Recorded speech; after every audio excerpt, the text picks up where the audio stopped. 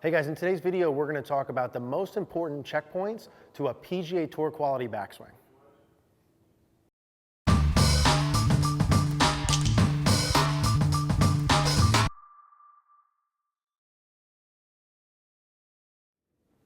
Hey guys, thanks for watching this video. Before we dig into the content here, I do want to talk to you briefly and reiterate a couple things, mainly how I can help you guys get better at golf. I tell you guys all the time, there are two things you need to do to get as good as you can get. Number one, you need someone like me to help guide you, give you specific feedback, watch your swing and tailor your practice. Number two, you need feedback. You should know the feedback already part. I want to talk to you about getting more help from me specifically.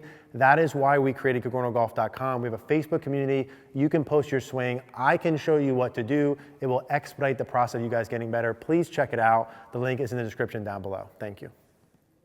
All right, guys, so what we're about to get into here is the most important checkpoints to a PGA Tour quality backswing. What I want to show you is the things that I look for checkpoint-wise. What are the commonalities amongst all good players, the things you need to be looking for when you're practicing to use these as checkpoints to correlate your feels for. So we'll go through a couple of different players, some of the examples that I use often, some of the things that I see that all good players do during the backswing. Hope you guys enjoy. If you have any questions, as always, just leave a comment down below.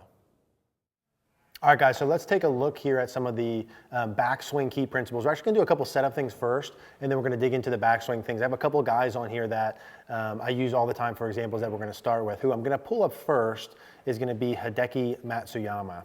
So this is the video that I use as my stock backswing piece all the time. I just want to review a couple setup pieces. I use Hideki and Adam Scott because they're super vanilla. Like, they do a lot of really good normal things, not anything outside the norm. So some of the things that I'm looking for at the address position before we do the backswing that set yourself up for a good backswing. First things first, I always draw the line down the back of the armpits. So what I'm looking for here in general would be the back of the armpit line going straight down over the balls of the feet, or like where your toes match the end of your foot. The kneecaps being right in line with that is a nice little bonus, but the back of the armpits over the balls of the feet. I look for the butt line here to be, I use a super scientific, not super far behind the heel line is what I'm looking for that. The armpits over the balls of the feet and the butt line not super far behind the heel line gives me a really good idea at address that your balance points are good. The weight in the feet is where it should be, just forward of the arches. The amounts of knee bend and upper body bend you have, just put you in a position where you don't have to do anything during the backswing to compensate. That's the idea there. I'd like to see the butt of the club in line with the belt buckle. If your balance points are good, then the shoulders and the hands, if I draw a straight line down 90 like that, will be just in front of the toe line. If your shoulders and hands are on the toes or inside of the toe line, like back here, like that, that would indicate that your weight's too far back on your heels. Weight being too far back on your heels at address is okay, but a lot of times if you get too far back, you're gonna have some early extension problems during the downswing. So that's what I'm looking for there. Like to see the lower back flat, upper back rounded, eye line and chin pointing down. So these are the things that I'm looking for a stock address position, and they're pretty universal across the board. Little bit of a quick setup piece just from face on, just to go over, because sometimes we're talking backswing stuff and you might have one or two setup things off where what I say about the backswing is not going to matter. You have to fix these parts first. So setup wise here, I have Adam Scott, another Mr. Vanilla. I like to see the ankles at or just outside shoulder width. Ball position, he's hitting a wedge here. I like to see the ball between sternum and shirt logo, so somewhere between there and there, and then more forward with the driver over out here. Love to see the handle location or the hands just inside of left thigh. He has a minimal amount of tilt because he has a short iron here like so. Obviously you add some tilt as the clubs get longer. These are the checkpoints that I'm looking for from face on during the backswing, are those couple of pieces. Grip looks pretty normal. I'm looking at the V's here where the back of his left hand is. So those are some things I'm looking for at address. Now if we dig into the backswing, I'm going to pull back up Hideki. Some of the things I'm looking for. I'll always draw a line up the shaft first, and my main priority and thing I'm looking for is what the arms and hands are doing to the club. So when we go up the backswing, what I really like to see how that club just glides right up that plane line. That is ideal. And when you get to first parallel, the PGA Tour players that are really good, this is a really common checkpoint. I could pull up 1,000 swings and the club head would be right in line with the hands like this one, or it would be slightly outside. If I pull up an Adam Scott here, he would be slightly outside of the hands. You see that right there? This is another common checkpoint. So on or slightly outside, I rarely see it inside the hands. I don't like it too far outside, but on or slightly outside is one key checkpoint. And then I'm also looking at the club face. I like to see the club face slightly tilted down at that point. I'll pull up Hideki here one more time. And all of the models we use as swings demonstrate these same pieces, right? So right in line with the hands, club face slightly tilted down. That is beautiful. Depending upon your grip at this point, I like to see the left wrist pretty flat, maybe a little extension at this point. I'm looking at things for these guys like the arm structure. Notice how close the elbows are still here. The right arm hasn't over excessively bent. That's a big problem for a lot of you guys. The elbows are pretty close together. Arms are both pretty straight. Left arm is in a little. Okay, how's that? The left arm's in a little. And so if I pull him back up, I'm just going to toggle back and forth so you can keep full screen here. We'll see the same thing. So Adam Scott gets the club head slightly outside his hands, left arm's in a little. Again, notice that the elbows are staying pretty close together here. So that's the first parallel position that I'm checking. As we work up to left arm parallel, what you'll notice for these guys is a good checkpoint is where the hands get at left arm parallel. I'm gonna draw a circle around them, and you'll see the hands are in line with the right pec or right bicep. So that also means that the left arm is in a good amount, 30, 40 degrees. Hands are in line with the right pec, right bicep is the checkpoint I use. I also like to see at this position that left wrist is flat, right wrist is bent back. Those are some of the key checkpoints I'm looking for in terms of the arms and hand depth there. I'm also looking to see the shaft angle. Most all of these PGA Tour players will get the butt of the club somewhere, like we talked about in a lot of earlier videos this year, somewhere between this ball line and the toe line there. So anywhere between those orange lines would be where I want that. If the butt of the club gets too far out here, a lot of times you'll have an issue with the steep downswing. Very rarely, like once a year, do I see someone where I'm like, hey man, you're too steep with the shaft going back, but that's like 1 in a million. So hands in line with right pec, butt of the club in line between the toes and the golf ball, left arm is in. At this point during the backswing, we should start to see that left leg changing flex a little bit there. The right leg should be losing some flex. You'll see the hips have a little tilt. I'm going through a lot of stuff here pretty quick. The shoulders will be tilted, that left shoulder's going down, going back. But really, really, really the main thing I look at before anything else, commonalities amongst good ball strikers, is the hands in line with the right pec going back. As we start to work back up to the top of the backswing, a couple things he demonstrates here that are beautiful.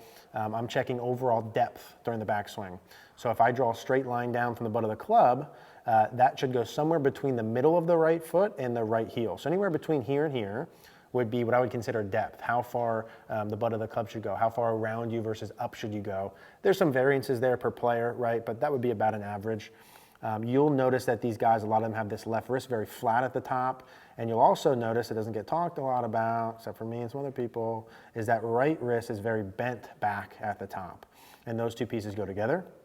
You'll notice his left arm is going to be on or slightly higher than his shoulder plane. That's another common piece. Left arm on the same line as your shoulder plane or slightly above it would be a checkpoint. Anywhere like up here can get kind of goofy, or down here. Are there some players from there that play good? Bubba Watson real high, Ben Hogan real low, of course.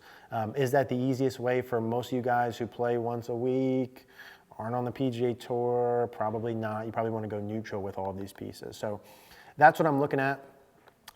Those are the main pieces, and then what these guys will do during the backswing, you'll see they get that shoulder turned relatively 90 degrees to the spine. That left hip is lower than the right hip. The knees have changed, flex, so on and so forth. Those are the detail things, but you're really looking for are these checkpoints from this angle of club even with or slightly outside the hands, good arm structure, hands in line with the right pec, good wrist conditions, and shaft angle, okay? Those are the three things at left arm parallel you're looking for. In line with the pec, number one. Shaft angle between the ball and the toe line, number two, and good wrist angles, number three. At the top, you're mainly looking, are the wrist angles still good, and what kind of depth do you have? If you hit those key points, that's what most of the good PGA Tour players do.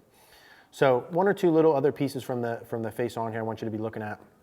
When I'm looking at these guys, I'll do the old circle around the head, right? I'll do the old, I don't know why they're the old, I guess they've been around for a while, the line down the right leg. And really what I'm looking for here is going to be, let's watch him go up to the top. Again, good arm structure. By the time they get to left arm parallel during the backswing, usually you'll see the angle between the arm and the club be at 90 or pretty close to 90. Some players hinge it less, like a Steve Stricker. Some people more, like a Rory, hinge it a lot. But at or close to 90 degrees there is what you're looking for. As he starts to work up to the top, you'll notice two things. One, his head stays more or less in the circle. I don't see PGA Tour players moving way to the right, right? So he's not way over here. He's not moving way over here. He stays reasonably centered. We'll also notice if we go down a little bit, his right hip. I drew that line up his leg.